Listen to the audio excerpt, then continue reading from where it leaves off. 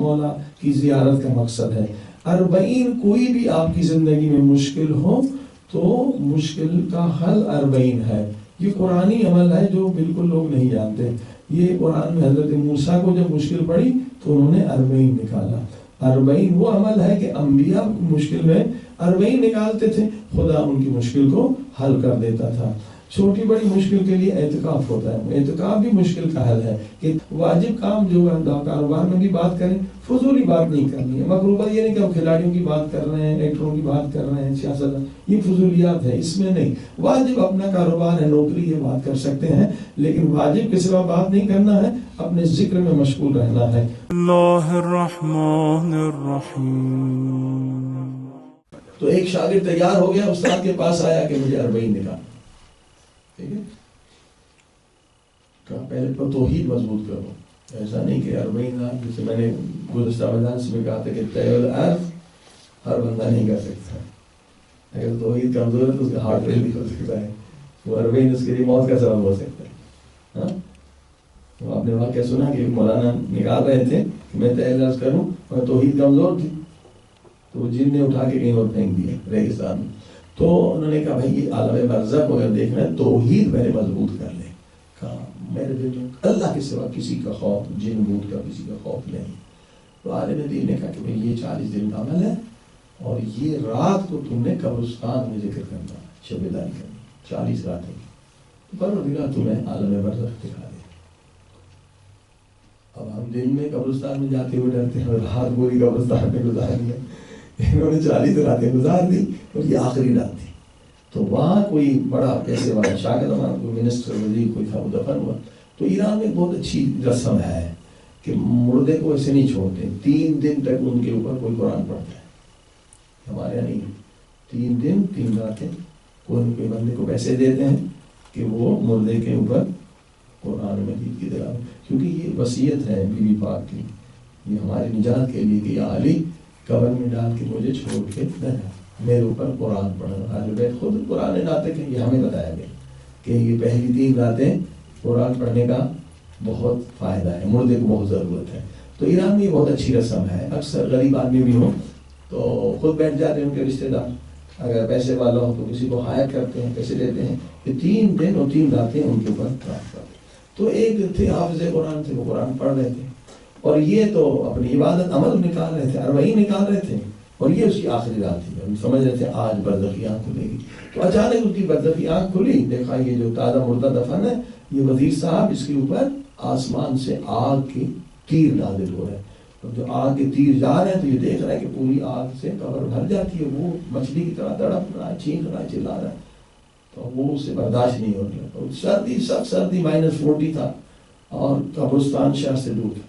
تو اس نے اس حافظ قرآن سے کہا کہ میں جاؤں گا، تم آدھی رات کو کہاں جاؤ گے، بیمار ہو جاؤ گے، گر جاؤ گے، بتا بھی نہیں سکتا تھا، اس میں سختی سے منع کہ یہ کسی کو بتانا نہیں، کوئی شہرت نہیں، اپنی وہ مریدی نہیں بنانا، تو اس میں سختی سے منع کیا نہیں، میں نہیں رہ سکتا، میری مجبوری۔ تو یہ گرتا پڑتا زخمی بھی ہو گیا، آخر وہاں سے بھاگ کے اپنے گھر پہنچا، اور استاد کو بھی پتا تھا کہ جب برزخی آنکھ کھلے گی تو اس کی کیفیت بہت بری ہو جائے گی، بخار چڑھ جائے گا، تو برزخ کا عذاب دیکھنا کوئی آسان کام نہیں۔ تو استاد بھی فوراً پہنچے، انہوں نے پھر دوسرا ذکر بتایا، رحمانیت کا ذکر کہ یہ عذاب انسان خود لے جاتا ہے، اور خدا رحمان ہے، رحیم ہے، یہ نہیں کہ انسان پھر نعوذ باللہ عذاب کو دیکھ کر مایوس ہو جائے، تو مایوسی تو سب سے بڑا گناہ ہے، کہیں اس کے اپنے اعمال ہوتے ہیں۔ تو بہرحال اس کی برزخی آنکھ کھل گئی۔ اب آپ نے دیکھا کہ برزخی آنکھ کھل سکتی ہے، کوئی مشکل نہیں ہے، پہلی شرط ہے کہ توحید انسان کی مضبوط ہو، کوئی ڈر اور خوف نہ ہو، فضولی خوف ہوتے ہیں نا، وہم کے ہم تابع نہ ہو۔ اکثر لوگ وہم کے تابع ہوتے ہیں، اور وہم کے جب تابع ہوتے ہیں تو انہیں ٹینشن بھی زیادہ ہوتا ہے، اسٹریس بھی زیادہ ہے، ڈپریشن بھی زیادہ ہوتا ہے، اور وہ فتنوں میں، جھگڑوں میں بھی زیادہ رہتے ہیں۔ سب بات پڑے محمد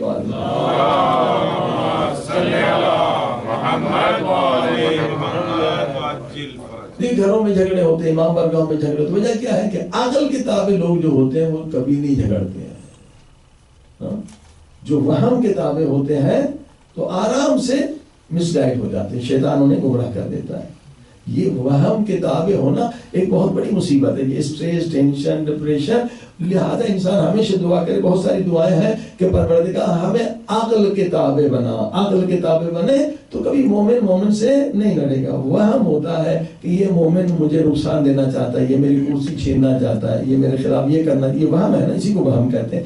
تو اس وہم کی وجہ سے مومن سے سوء ظن کرتا ہے, جھگڑا کرتا ہے, یا عورتوں میں جو اختلافات ہوتے ہیں یہ سب وہم کے تابع ہوتے ہیں. بلکہ کتنی دوستیاں بھی وہم کے تابع ہوتی ہیں. یہ دوست سمجھ رہے ہیں مگر جو وہم کے تابع دوستیاں ہوتی ہیں وہ دشمنیوں میں بدل جاتی ہیں. دیکھیں صدام امریکہ پہلے دوست تھے پھر دشمن ہو گئے, کیونکہ دوستی جو تھی وہ وہم کی بنیاد پر تھی, عقل کی بنیاد پر نہیں تھی. عقل کی بنیاد پر وہ دوستی ہے جو دوستی اللہ کی وجہ سے ہو, دشمنی بھی اللہ کی. صلوات پڑھیں محمد و آل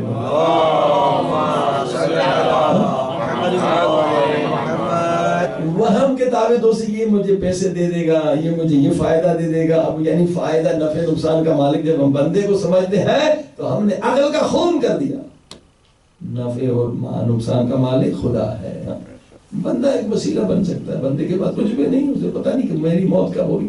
لہذا وہم کے تابع جو ہوتے ہیں وہ خوف میں رہتے ہیں, لیکن جو عقل کے تابع ہوتے ہیں وہ خدا کی ذات پہ بھروسہ رکھتے ہیں. نہ انہیں ٹینشن ہوتا ہے, نہ اسے ڈپریشن ہوتا ہے, نہ پریشانی ہوتی ہے, کیونکہ اللہ کی ذات پہ جو بھروسہ کرے اس کی ہر مشکل حل ہوتی ہے. سب بات پڑھیں محمد و آل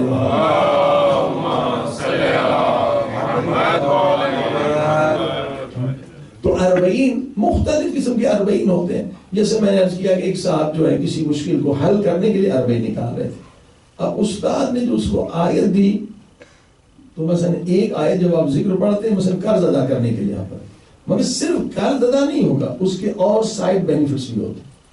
یہ خود ہم نے بھی تجربہ کیا ہے, لوگوں نے بتایا کہ بھی بیمار ہو گئے, کچھ ذکر کیا تو بیماری تو ختم ہو گئی, مگر اللہ پاک نے انعام میں 1-2 چیزیں اور بھی دے دی جو ہم نے سوچا بھی نہیں تھا.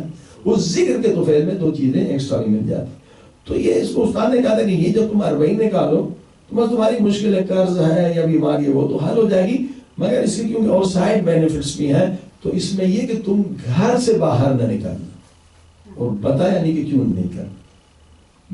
شرائط میں 40 دن پھر آپ اگر یہ مشکل حل ہو جائے گی, شرط ہے گھر سے باہر نہیں نکلنا. یہ 40 نکالنا ہے گھر کے اندر. ٹھیک بڑی مشکل میں گرفتار تھے, قرض تھا یا بیماری تھی, وہ ذکر میں قرآن کی آیتوں میں نمازوں میں مشغول تھے, روزے بھی رکھے 40, تقریباً یہ نزدیک تھا اس کا 40 ختم ہونے والا. تو اچانک نا گھر کے باہر شور ہوا تو وہ بھول گئے کہ مجھے باہر نہیں نکلنا. شور ہوا, جھگڑا, باہر نکلی تو دیکھے ایک دوست, بہت اس کا قریبی دوست نظر آیا, مگر جب اس کے چہرے کو دیکھا تو اس کا چہرہ خنزیر جیسا تھا. آپ سمجھ لیے کہ استاد نے کیوں منع کیا تھا کہ اس ذکر کے ذریعے سے انسان کا باطن معلوم ہو جاتا ہے. اور کسی کا باطن اگر میں خود نیت کروں کہ آپ کا باطن کیسا ہے تو یہ خود حرام ہے. ہاں, مجھے حق نہیں ہے کہ میں کسی کے باطن کو تلاش کروں. مجھے اپنے باطن کو تلاش کرنا ہے, کسی اور کے باطن کو تلاش نہیں کرنا ہے. ولا تجسسوا, کسی مومن کے بارے میں جاسوسی مت کرو. کسی کا باطن کیا ہے اگر میں تلاش کروں, حرام کیا میں کہا. اس لیے استاد نے منع کیا کہ باہر نہیں نکلنا. چلو غلطی تو ہو گئی کہ میں نے غلطی کی, مجھے باہر نہیں نکلنا. اب باہر نکلے, جاننے والے تھے, دیکھا خنزیر کسی شکل ادھر سے خون بہ رہا ہے. جا کے بڑی قسم دی کہ مولا حسین کے خون کی قسم, بتا سب کس نیت سے جا رہے. وہ بھی ڈر گیا کہ یہ میری نیت سے کیسے خبر ہو گیا, برے ارادے سے جا رہا تھا. کہ آپ نے بڑی قسم دی ہے, میں سب گناہ کے لیے جا رہا ہوں. کیا گناہ کرنے جا رہا ہوں؟ کہ ایک مومن کو دھوکہ دینے کے لیے جا رہا ہوں, فرار کر کے اسے اتنا پیسہ. آپ کو اس سے پتا چلا کہ جب کسی مومن کو کوئی دھوکہ دیتا ہے تو اس کا باطن خنزیر جتنا نجس ہو جاتا ہے. کسی مومن کو, مسلمان کو اگر کوئی دھوکہ دے رہا ہے تو اس کا باطن کیا ہے, خنزیر جتنا نجس. کب اس کو ہدایت کرو؟ اس نے کہا بھائی تو مومن ہے اور مومن کو دھوکہ دینے جا رہا ہے, مجھے شرم نہیں آتی. تو مولا حسین کا عزادار ہے, کہاں عزادار کہ امام زین العابدین کو مانتا ہے, مانتا. کہ کیا مولا کہ یہ فرمان نہیں سنا؟ امام زین العابدین نے فرمایا کہ اگر میرے بابا کا قاتل شمر مجھے وہ خنجر امانت میں دے دے جس سے بابا کا گلا کاٹا ہے تو میں اس میں بھی خیانت نہیں کروں. تو کس امام کا ماننے والا ہے؟ تو ایک مومن سے خیانت کرنے جا رہے ہیں. آخر وہ گناہگار تھا مگر دل میں عشق امام موجود, اس کی آنکھوں میں آنسو آ گئے. کہا بہت شکریہ، میں نہیں جاؤں گا اس گناہ کی، میں اس کو خیانت کرنے نہیں جاؤں گا، لوٹنے نہیں جاؤں گا، پہلے میرا یہی ارادہ۔ کہا جیسے اس کے آنکھوں میں آنسو آیا اس کی صورت بدلنے لگی، دوبارہ انسانی شکل بن گئی۔ تو یہ بھی اللہ نے اسے دکھایا کہ انسان جب گناہ کرتا ہے تو اس کی باطنی شکل حیوانی ہوتی ہے، مگر جب توبہ کرتا ہے روتا ہے تو دوبارہ اس کی شکل انسانی بن جاتی ہے۔ صلوات محمد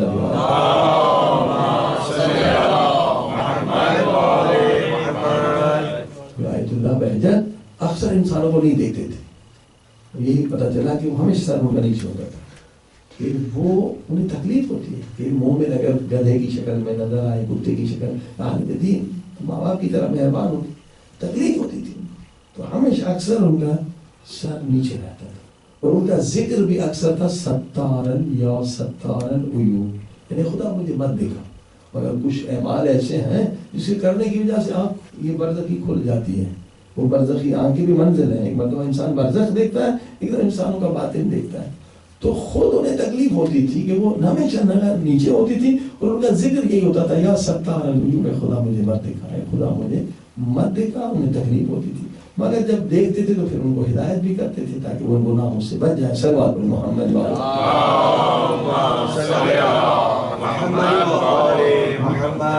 تو یہ مقام یقین ہے، یہ مقام یقین کی پہلی منزل ہے کہ انسان ایک چھوٹا سا برزخی عذاب بھی دیکھ لے تو بڑے بڑے گناہوں سے انسان خود کو بچا سکتا ہے۔ یہ 40 ایک مخصوص عبادت تھی جو اولیاء خدا کرتے تھے، پیدل واک۔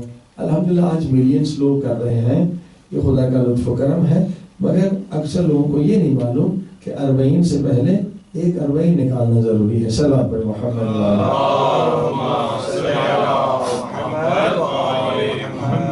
ثواب تو ملے گا، لیکن اگر آپ یقین کی منزل چاہتے ہیں اس کے لیے لازم ہے کہ 40 سے پہلے 40 شروع کریں، 11 تقریباً محرم سے آپ شروع کریں گے، اس 40 میں 40 روزے بھی شرط ہے کہ اگر 40 کامل چاہتے ہیں تو 40 روزے رکھیں، اور روزے کے ساتھ جو ہے ایک عمل جو بہت لازم ہے وہ توبہ کی نماز ہے، کوئی گناہ باقی نہ رہے، تاکہ جب مولا حسین کی زری کو جب ہم چومیں تو صرف زری نہ دیکھیں، خود مولا کو بھی دیکھیں، یہ مقصد ہوتا ہے 40 کا۔ تو 2 رکعت نماز توبہ یہ لازمی ہوتی ہے، اس کا طریقہ بھی بتلایا کہ ہر عمل کے بعد کھڑے ہو کے 15 مرتبہ استغفر اللہ ربی واتوب الیہ، باقی ہر جگہ رکوع میں ذکر کے بعد 10 مرتبہ، سمع اللہ لمن حمدہ کے بعد 10 مرتبہ، سجدے سے سر اٹھائیں گے 10 مرتبہ، ہر ایکشن کے بعد 10 مرتبہ استغفر اللہ ربی واتوب الیہ، اور اس کے بعد ایک سجدہ ہے، اور وہ سجدہ جو ہے 400 مرتبہ جس میں ذکر ہے لا الہ الا انت سبحانک انی کنت من الظالمین، اور باقی سارے دن میں جو 40 جب آپ نکالتے ہیں کوئی فضولی بات کرنا جائز نہیں ہے، صرف واجب بات کریں گے اور مستحب بات کریں گے، واجب بھی کرنا ہے مستحب بھی کرنا ہے۔ اس کے علاوہ جو اذکار 40 میں بتائے گئے ہیں، مثلا ایک دن آپ 12,000 مرتبہ لا الہ الا اللہ استغفر اللہ کا ذکر کریں گے، لا الہ الا اللہ استغفر اللہ، یا لا الہ الا اللہ استغفر اللہ ربی واتوب الیہ بھی کہہ سکتے ہیں، مگر آسان مختصر یہ کہ لا الہ الا اللہ استغفر اللہ ایک دن 12,000 مرتبہ، پھر دوسرے دن یہی 12,000 مرتبہ تعداد میں یا حی یا قیوم، پھر تیسرے دن یہی 12,000 مرتبہ صلوات پڑھیں، یعنی اس طرح سے یہ ذکر عمومی ہے۔ البتہ اور بھی جیسے اگر کوئی کس مقصد کے لیے 40، یہ تو مولا کی زیارت کا مقصد ہے، 40 کوئی بھی آپ کی زندگی میں مشکل ہو تو مشکل کا حل 40 ہے، یہ قرآنی عمل ہے جو بالکل لوگ نہیں جانتے، یہ قرآن میں حضرت موسیٰ کو جب مشکل پڑی تو انہوں نے 40 نکالا، 40 وہ عمل ہے کہ انبیاء مشکل میں 40 نکالتے تھے، خدا ان کی مشکل کو حل کر دیتا تھا۔ چھوٹی بڑی مشکل کے لیے اعتکاف ہوتا ہے، اعتکاف بھی مشکل کا حل ہے کہ 3 دن آپ اعتکاف نکالیں، چھوٹی موٹی مشکل آپ کی 3 دن میں ختم ہو جائے گی۔ اعتکاف میں بھی اللہ سے رابطہ کرنا ہے، دنیا سے رابطے کو کاٹ دینا ہے، کیونکہ اعتکاف سخت ہوتا ہے کہ آپ پھر دوسرا کام نہیں کر سکتے، ایک جگہ پہ بیٹھنا پڑتا ہے، مگر اس میں 40 میں نہیں، آپ اپنا کاروبار بھی کرتے رہیں، واجب کام جو ہے کاروبار میں بھی بات کریں، فضولی بات نہیں کرنی ہے، مقروبہ یہ نہیں کہ ہم کھلاڑیوں کی بات کر رہے ہیں، ایکٹروں کی بات کر رہے ہیں، سیاست، یہ فضولیات ہے، اس میں نہیں۔ واجب اپنا کاروبار ہے، نوکری، یہ بات کر سکتے ہیں، لیکن واجب کے سوا بات نہیں کرنا ہے، اپنے ذکر میں مشغول رہنا ہے۔ تو یہ 40 ہوتا ہے۔ اس 40 کے حتیٰ کہ واک جو آپ کرتے ہیں اس میں بھی یہ اذکار ضروری ہے کہ 12,000 مرتبہ یا حی یا قیوم پڑھیں، یا 12,000 مرتبہ یا صلوات پڑھیں، یا لا الہ الا اللہ استغفر اللہ پڑھیں۔ اگر بیمار ہے تو اس کے لیے یا شافی یا کافی وہ ذکر 12,000 مرتبہ کرنا ہوتا ہے۔ اگر کوئی قرض دار ہے اور قرض سے بچنا چاہتے اس کے لیے 40 نکال رہے ہیں تو اس کا ذکر پھر الگ ہو جائے گا، یا غنی ایسے اللہ کے نام جس سے قرض کی ادائیگی ہو، یا کوئی علم حاصل کرنا چاہتا ہے، صلوات پر محمد، جو بھی آپ کی زندگی کا مقصد ہے اس کے لیے 40 آپ نکال سکتے ہیں۔ یہ 3 اذکار تو عمومی ہے، یا حی یا قیوم ہر میں ہوگا، لا الہ الا اللہ استغفر اللہ ہر ایک میں ہوگا، صلوات ہر ایک میں ہوگا۔ لیکن پھر آپ ایک خاص کام کے لیے آپ کو علم چاہیے، ہاں آپ کوئی بہت بڑا علم حاصل کرنا چاہتے ہیں مقام، تو یا علیم ہو یا حکیم کا ذکر ہوگا، پھر اس سے ملتا جلتا ذکر آپ خود بھی جوشن کبیر سے نکال سکتے ہیں۔ میں نے کہا نا کہ جو بھی آپ کی پریشانی ہے، مثلا آپ جو ہے بیمار ہیں تو یا شافی یا کافی اس طرح سے 2 اسم یا 4 اسم اللہ کی ملا کہ اس کا 12,000 مرتبہ ذکر کریں، یہ آپ کا 40 ہوگا۔ اور 40 ناممکن ہے کہ ایک انسان 40 نکالے اور اللہ پاک اسے مقام ثواب تو ملے گا، مقام یقین نہ دے۔ صلوات پڑھیں محمد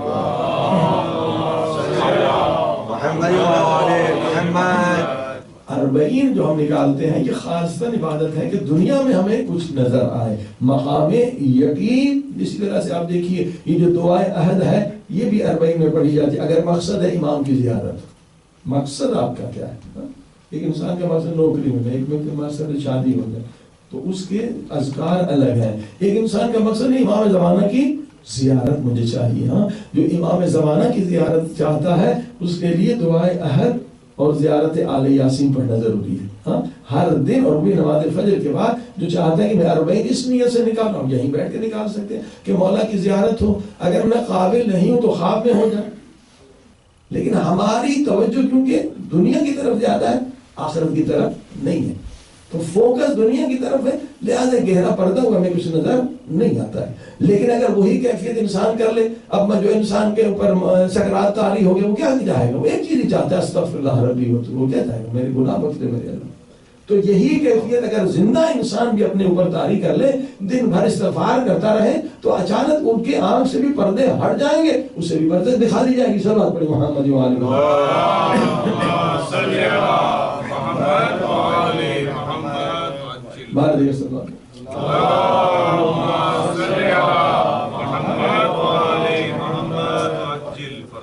اب اس میں اگر انسان کی توحید عقیدہ کمزور ہے، توحید کمزور ہے تو انسان پہلی منزل پر ہی گر جائے گا۔ توحید یعنی لا الہ الا اللہ، یعنی اللہ کی ذات اور اس کے وجود کو ماننا، اور یہ ماننا کہ جو بھی مجھے نفع مل رہا ہے وہ خدا دے رہا ہے اور نقصان سے بچانے والا خدا ہے۔ اللہ کے سوا کسی کا ڈر دل میں نہ ہو، اسی کہتے ہیں توحید مضبوط۔ اگر اللہ کے سوا کسی اور میں امید نہ ہو، ہاں کسی بندے میں امید نہ ہو، ہاں جو توسل ہے وہ الگ ہے، وہ خود اللہ میں امید ہے۔ اگر نبی میں امید رکھتے ہیں تو نبی کس کے؟ اللہ کے، ہاں اگر مولا علی میں امید رکھتے ہیں تو مولا علی کس کے؟ اللہ کے۔ یعنی عام بندوں میں امید انسان نہ کرے۔ کہتے ہیں کہ اسم اعظم کیا ہے؟ خود معصوم سے پوچھا کہ اسم اعظم کیا ہے؟ کسی نے کہا جی اللہ کا چھوٹا اسم بتائیں تو میں بڑا بتاؤں۔ صلوات پڑھی محمد و آل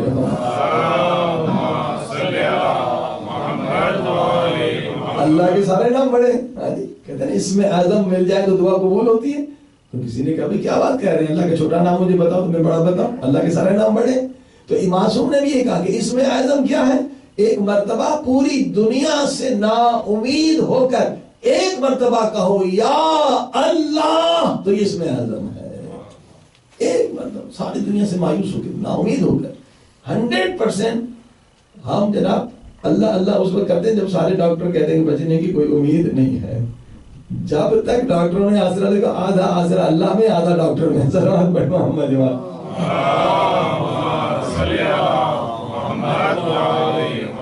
اللہ کا ہر اسم اعظم ہے۔ اصل خرابی ہمارے دل کی ہے، ہاں دنیا سے مایوس ہو کر ایک مرتبہ یا رب کہیں اس میں اعظم ہے، یا اللہ کہیں اس میں اعظم ہے، تو فرمائیں تو توحید انسان کی مضبوط ہونی چاہیے. توحید اگر مضبوط نہیں ہے تو یہ اذکار اتنا فائدہ نہیں دیں گے، ثواب ملے گا بہت کم ثواب ملے گا، مقام یقین نہیں ملے گا. توحید سب سے پہلی شرط ہے. وہ توحید مضبوط نہیں یعنی بنیادی نہیں تو بلڈنگ کس پہ کھڑی ہوگی؟ سر بات پہ محمد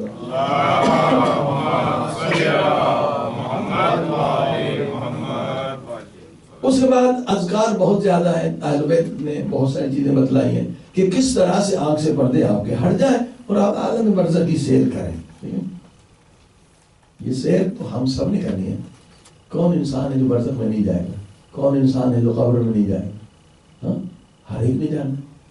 ہم یہاں سے اگر افریقہ جاتے ہیں تو کہتے ہیں افریقہ بہت خطرناک ہے. 10 آدمی سے پوچھتے ہیں کہاں جائیں کیسے جائیں، وہاں لوٹ تو نہیں لیں گے، مار تو نہیں لیں گے، ہاں پولیس وہاں کیسی ہے، وہاں آئیں گے، کتنے سوالات کرتے ہیں.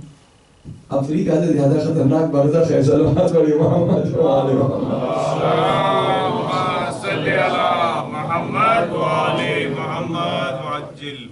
یہ مومنین کو عاشور میں جو شہید کیا تھا 80 لوگوں کو کوئٹہ میں 2004 میں، تو ہم لوگوں نے کرفیو کو توڑا تھا، جیل میں بھیج دی.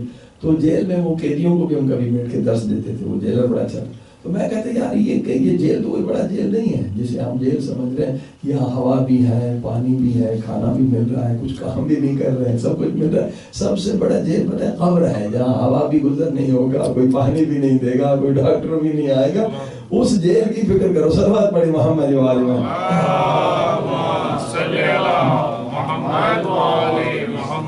جیل نہیں، ہم تو آزاد ہیں، ہر چیز مل رہی ہے. تو وہی ہے کہ انسان سوچتا نہیں کہ مجھے ایک دن برزخ میں جانا ہے، قبر میں اترنا ہے.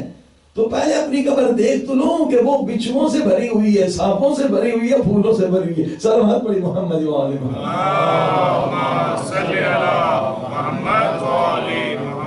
یہ انسان کی غفلت ہے نا، سب سے بڑی غفلت نے مار دیا. یہ زندگی 60-70 سال کی، آپ دیکھ اس میں کتنی زحمتیں، کتنے دھکے کھاتے ہیں، کتنی زحمات اٹھاتے ہیں. یہ زندگی ہماری 60-70 سال کی ٹھیک ہو جائے. اور وہ زندگی 60-70 سال کی نہیں ہے، لاکھ سال کی بھی نہیں ہے، 1 کروڑ بھی نہیں ہے، 1 ارب نہیں. ابدی زندگی ہے، ابدی، فار ایور. بل تؤثرون الحیات الدنیا والآخرۃ خیر وابقیٰ. انسان نادان، یہ زندگی مختصر خواب ہے، اس کے لیے اس قدر زحمتیں کرتے ہو. وہ زندگی جو ابدی ہے اس کے لیے کوئی زحمت ہی نہیں ہے. صلوات پڑھ محمد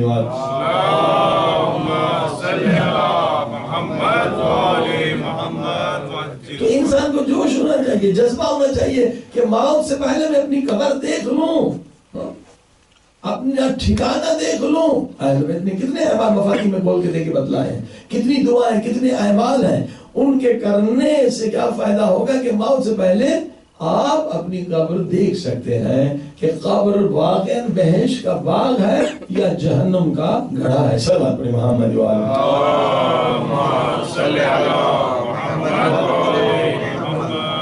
آیا یہ سب سے بڑا امتحان ہے یا اسکول کالج یونیورسٹی کا بڑا امتحان ہے؟ یہ سب سے بڑا امتحان ہے نا. زندگی ایک بار ملتی ہے، اگر ہمیں دکھایا نہ دیا گیا، ہم سمجھ رہے ہیں کہ مریں گے تو وہ بہشت کا باغ ہوا، پتہ چلا وہ جہنم کا گڑھا ہے. پھر کیا کریں گے؟ پھر واپس تو نہیں آ سکیں گے. لہذا یہ کتنی بڑی غفلت ہے. ہم پوری دنیا کا سفر کرتے ہیں، یورپ گھومنے جاتے ہیں، افریقہ، پاکستان، انڈیا، پتہ نہیں کہاں کا چھٹیوں میں جاتے ہیں. بھئی ایک سفر اپنی قبر کا بھی تو کر کے آؤ کہ وہاں کیا حالات ہیں. صلوات پڑھیں محمد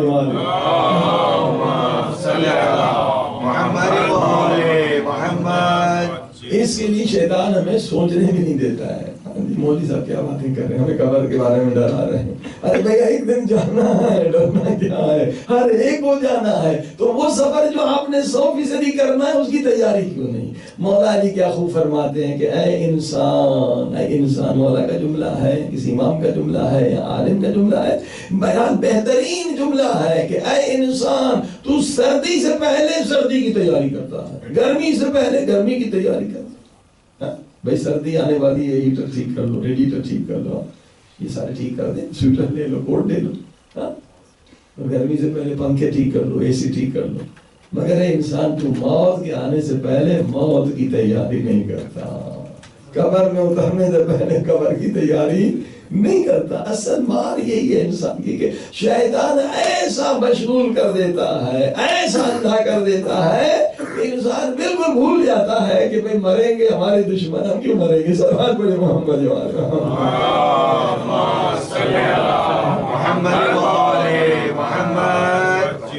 شیطان یہی کہا کہ کیسے گمراہ کرو گے؟ اللہ نے کہا شیطان سے میرے بندو کہا پروردگار ایسا دنیا میں مست کر دوں گا، ایسا مست کر دوں گا بھول جائیں گے کہ موت بھی کوئی چیز ہے.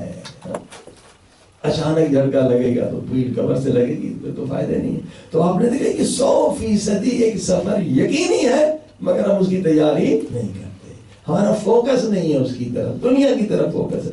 تو عزیزو یہ ممکن ہے، ناممکن نہیں ہے کہ آپ عالم برزخ کو دیکھ سکتے ہیں، اپنی قبر کو دیکھ سکتے ہیں. قرآن نے لکھا، مولا نے بتلایا، اہل بیت نے بتلایا، اور پریکٹیکل لوگ موجود ہیں جنہوں نے یہ کام کیا. ہاں جی، آیت اللہ بہاؤدینی یہ واقع میں کے کلاس فیلو تھے، کیونکہ شاگرد کہتے جب یہ قبرستان جاتے تھے کبھی گھنٹے قبر پہ کھڑے ہو جاتے، ہم تھک جاتے تھے، پھر ہم تنہا چھوڑ دیتے تھے، یا بعض لوگ رہتے تھے. تو کہتے تھے آصف گرمی بہت ہے، یہاں برف باری ہو رہی ہے، سردی ہو رہی ہے، گرمی ہو رہی ہے، بس ایک سورہ فاتحہ پڑھ کے چلیں گھر فارغ چلیں. کہتے آپ چلے جائیں، میں نہیں جا سکتا. تو پھر خاص لوگوں کو بتاتے، ہر ایک کو تو نہیں. کہا بھائی میں کیسے جاؤں، میں دیکھ رہا ہوں وہ مومن عذاب میں ہے، میں پڑھ رہا ہوں اس کا عذاب کم ہو رہا ہے، وہ التماس کر رہا ہے کہ مہربانی کر کے مر جائیں، تھوڑا اور پڑھ دیں. ٹھیک، ان کی برزخ کی آنکھ کھلی ہوئی ہے، وہ دیکھ رہے ہیں مومن مصیبت میں ہے، مشکلات میں. تو جو فرمایا، تو اب آپ نے دیکھا کہ دنیا میں آج ایسی ہستیاں ہیں، ہر انسان کوشش کرے تو عالم برزخ اسے نظر آ سکتا ہے، بلکہ اس کے لیے ایک اربعین کی ضرورت ہے. بغیر اربعین کے خدا یہ مقام نہیں دیتا کسی کو. صلوات پڑھے محمد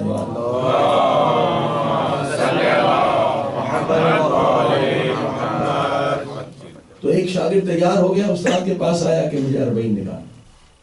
ٹھیک ہے، کہا پہلے تو توحید مضبوط کرو. ایسا نہیں کہ اربعین، جیسے میں نے گزشتہ مجالس میں کہا تھا کہ طیب الارض ہر بندہ نہیں کر سکتا. اگر توحید کمزور ہے تو اس کا ہارٹ فیل بھی ہو سکتا ہے، تو اربعین اس کے لیے موت کا سبب ہو سکتا ہے. ہاں، تو آپ نے واقعہ سنا کہ مولانا نکال رہے تھے کہ میں طیب الارض کروں اور توحید کمزور تھی، تو جن نے اٹھا کے کہیں اور پھینک دیا ریگستان میں. تو انہوں نے کہا بھائی یہ عالم برزخ اگر دیکھنا ہے توحید میں مضبوط کر لے. کہا میرے دل میں اللہ کے سوا کسی کا خوف، جن بوت کا کسی کا خوف نہیں. تو عالم دین نے کہا کہ بھائی یہ 40 دن کا عمل ہے، اور یہ رات کو تم نے قبرستان میں ذکر کرنا، شب داری کرنی، 40 راتیں. پروردگار تمہیں عالم برزخ دکھا دے. اب ہم دن میں قبرستان میں جاتے ہوئے ڈرتے ہیں، اور رات پوری قبرستان میں گزارنی ہے. انہوں نے 40 راتیں گزار دی، اور یہ آخری رات تھی. تو وہاں کوئی بڑا پیسے والا شاگرد ہمارا کوئی منسٹر وزیر کوئی تھا، وہ دفن ہوا. تو ایران میں بہت اچھی رسم ہے کہ مردے کو ایسے نہیں چھوڑتے، 3 دن تک ان کے اوپر کوئی قرآن پڑھتا ہے. ہمارے یہاں نہیں ہے، 3 دن 3 راتیں کوئی بندے کو پیسے دیتے ہیں کہ وہ مردے کے اوپر قرآن مجید کی تلاوت، کیونکہ یہ وصیت ہے بی بی پاک کی، یہ ہماری نجات کے لیے کہ یا علی قبر میں ڈال کے مجھے چھوڑ کے نہ جا، میرے اوپر قرآن پڑھنا. اہل بیت خود قرآن ناطق ہیں، یہ ہمیں بتایا گیا کہ یہ پہلی 3 راتیں قرآن پڑھنے کا بہت فائدہ ہے، مردے کو بہت ضرورت ہے.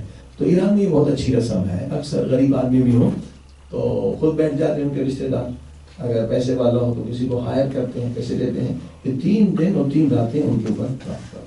تو ایک تھے حافظ قرآن تھے، وہ قرآن پڑھ رہے تھے، اور یہ تو اپنی عبادت عمل نکال رہے تھے، اربعین نکال رہے تھے، اور یہ اس کی آخری رات تھی. ہم سمجھ رہے تھے آج برزخی آنکھ کھلے گی.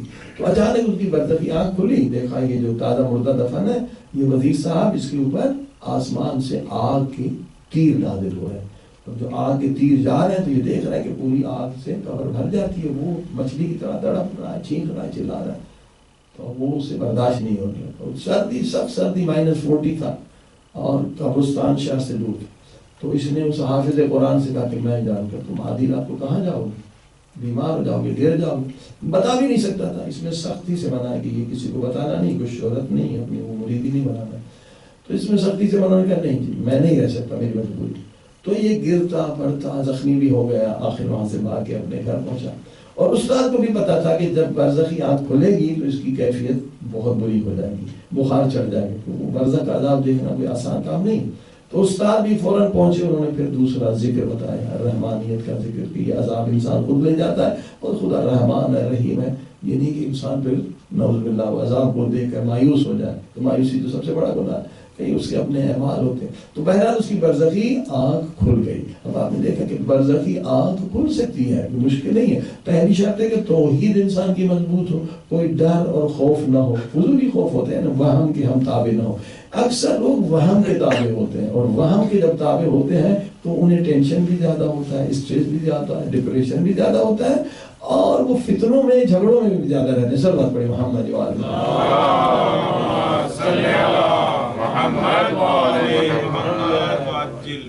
گھروں میں جھگڑے ہوتے ہیں، امام برگاہوں میں جھگڑے ہوتے ہیں. وجہ کیا ہے کہ عقل کے تابع لوگ جو ہوتے ہیں وہ کبھی نہیں جھگڑتے ہیں. جو وہم کے تابع ہوتے ہیں تو آرام سے مس گائیڈ ہو جاتے ہیں، شیطان انہیں گمراہ کر دیتا ہے. یہ وہم کے تابع ہونا ایک بہت بڑی مصیبت ہے، یہ اسٹریس، ٹینشن، ڈپریشن.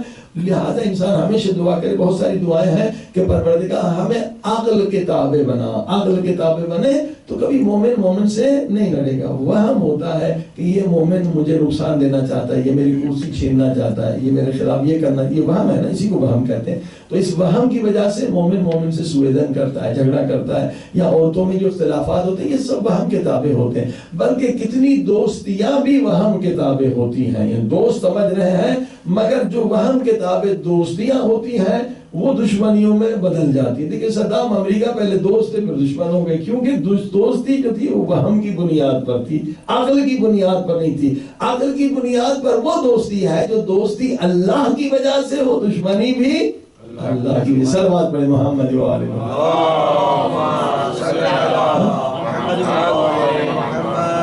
وہم کے تابع دوستی، یہ مجھے پیسے دے دے گا، یہ مجھے یہ فائدہ دے دے گا. اب یعنی فائدہ نفع نقصان کا مالک جب ہم بندے کو سمجھتے ہیں تو ہم نے عقل کا خون کر دیا. نفع اور نقصان کا مالک خدا ہے. بندہ ایک وسیلہ بن سکتا ہے، بندے کے پاس کچھ بھی نہیں، اسے پتہ نہیں کہ میری موت کب ہوگی.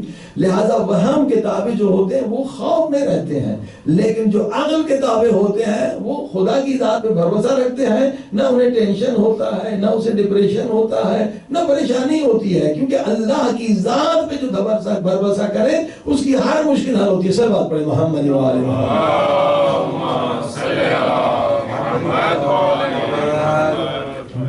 تو 40 مختلف قسم کے 40 ہوتے ہیں. جیسے میں نے عرض کیا کہ ایک صاحب جو ہے کسی مشکل کو حل کرنے کے لیے 40 نکال رہے تھے.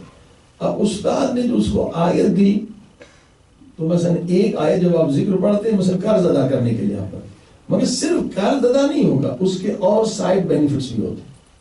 یہ خود ہم نے بھی تجربہ کیا ہے، لوگوں نے بتایا کہ بھی بیمار ہو گئے، کوئی ذکر کیا تو بیماری تو ختم ہو گئی، مگر اللہ پاک نے انعام میں 1-2 چیزیں اور بھی دے دی جو ہم نے سوچا بھی نہیں تھا. اس ذکر کے طفیل میں 2 چیزیں ایکسٹرا بھی مل جاتی. تو یہ اس کو استاد نے کہا تھا کہ یہ جب تم 40 نکالو تو بس تمہاری مشکل ہے، قرض ہے یا بیماری ہے، وہ تو حل ہو جائے گی، مگر اس کے کیونکہ اور سائڈ بینیفٹس بھی ہیں. تو اس میں یہ کہ تم گھر سے باہر نہ نکالنا، اور بتایا نہیں کہ کیوں نہیں کرنا. شرائط میں 40 دن پھر آپ اگر یہ مشکل حل ہو جائے گی، شرط گھر سے باہر نہیں نکلنا. یہ 40 نکالنا ہے گھر کے اندر. ٹھیک، بڑی مشکل میں گرفتار تھے، قرض تھا یا بیماری تھی، وہ ذکر میں قرآن کی آیتوں میں نمازوں میں مشغول تھے، روزے بھی رکھے 40. تو تقریباً یہ نزدیک تھا اس کا 40 ختم ہونے والا. تو اچانک نہ گھر کے باہر شور ہوا، تو وہ بھول گئے کہ مجھے باہر نہیں نکلنا. شور ہوا، جھگڑا، باہر نکلی تو دیکھے ایک دوست، بہت اس کا قریبی دوست نظر آیا، مگر جب اس کے چہرے کو دیکھا تو اس کا چہرہ خنزیر جیسا تھا. آپ سمجھ گئے کہ استاد نے کیوں منع کیا تھا، کہ اس ذکر کے ذریعے سے انسان کا باطن معلوم ہو جاتا ہے. اور کسی کا باطن اگر میں خود نیت کروں کہ آپ کا باطن کیسا ہے تو یہ خود حرام ہے. ہاں، مجھے حق نہیں ہے کہ میں کسی کے باطن کو تلاش کروں. مجھے اپنے باطن کو تلاش کرنا ہے، کسی اور کے باطن کو تلاش نہیں کرنا ہے. ولا تجسسوا، کسی مومن کے بارے میں جاسوسی مت کرو. کسی کا باطن کیا ہے اگر میں تلاش کروں، حرام کیا میں. کیا اس لیے استاد نے منع کیا تھا کہ باہر نہیں نکلنا؟ چلو غلطی تو ہو گئی کہ میں نے غلطی کی، مجھے باہر نہیں نکلنا.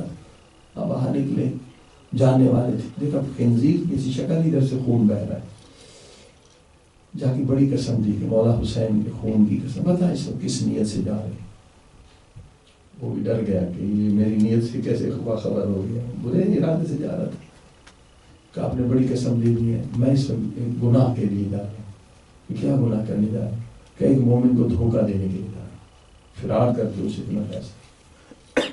آپ اسے پتا چلا کہ جب کسی مومن کو کوئی دھوکہ دیتا ہے تو اس کا باطن خنزیر جتنا نجس ہوتا ہے. کسی مومن کو، مسلمان کو اگر کوئی دھوکہ دے رہا ہے تو اس کا باطن کیا ہے؟ خنزیر جتنا نجس. کب اس کو ہدایت کروں؟ اس نے کہا بھائی تو مومن ہے اور مومن وہ دھوکہ دینے جا رہا ہے، یہ شرم نہیں آتی؟ تو مولا حسین کا زادار کا حضادار کہ امام زین العابدین کو مانتا ہے کہ مانتا ہوں. کہ کیا مولا کہ یہ فرمان نہیں سنا؟ امام زین العابدین نے فرمایا کہ اگر میرے بابا کا قاتل شمر مجھے وہ خنجر امانت میں دے دے جس سے بابا کا گلا کاٹا ہے تو میں اس میں بھی خیانت نہیں کرتا. تو کس امام کا ماننے والا ہے؟ تو ایک مومن سے خیانت کرنے جا رہے ہیں؟ آخر وہ گناہگار تھا مگر دل میں عشق امام موجود. اس کی آنکھوں میں آنسو آ گئے. کہا بہت شکریہ، میں نہیں جاؤں گا اس گناہ کی، میں اس کو خیانت کرنے نہیں جاؤں گا، لوٹنے نہیں جاؤں گا. پہلے میرا یہی ارادہ. کہا جیسے اس کی آنکھوں میں آنسو آیا اس کی صورت بدلنے لگی، دوبارہ انسانی شکل بن گئی. تو یہ بھی اللہ نے اسے دکھایا کہ انسان جب گناہ کرتا ہے تو اس کی باطنی شکل حیوانی ہوتی ہے، مگر جب توبہ کرتا ہے، روتا ہے تو دوبارہ اس کی شکل انسانی بن جاتی ہے. صلوات میں محمد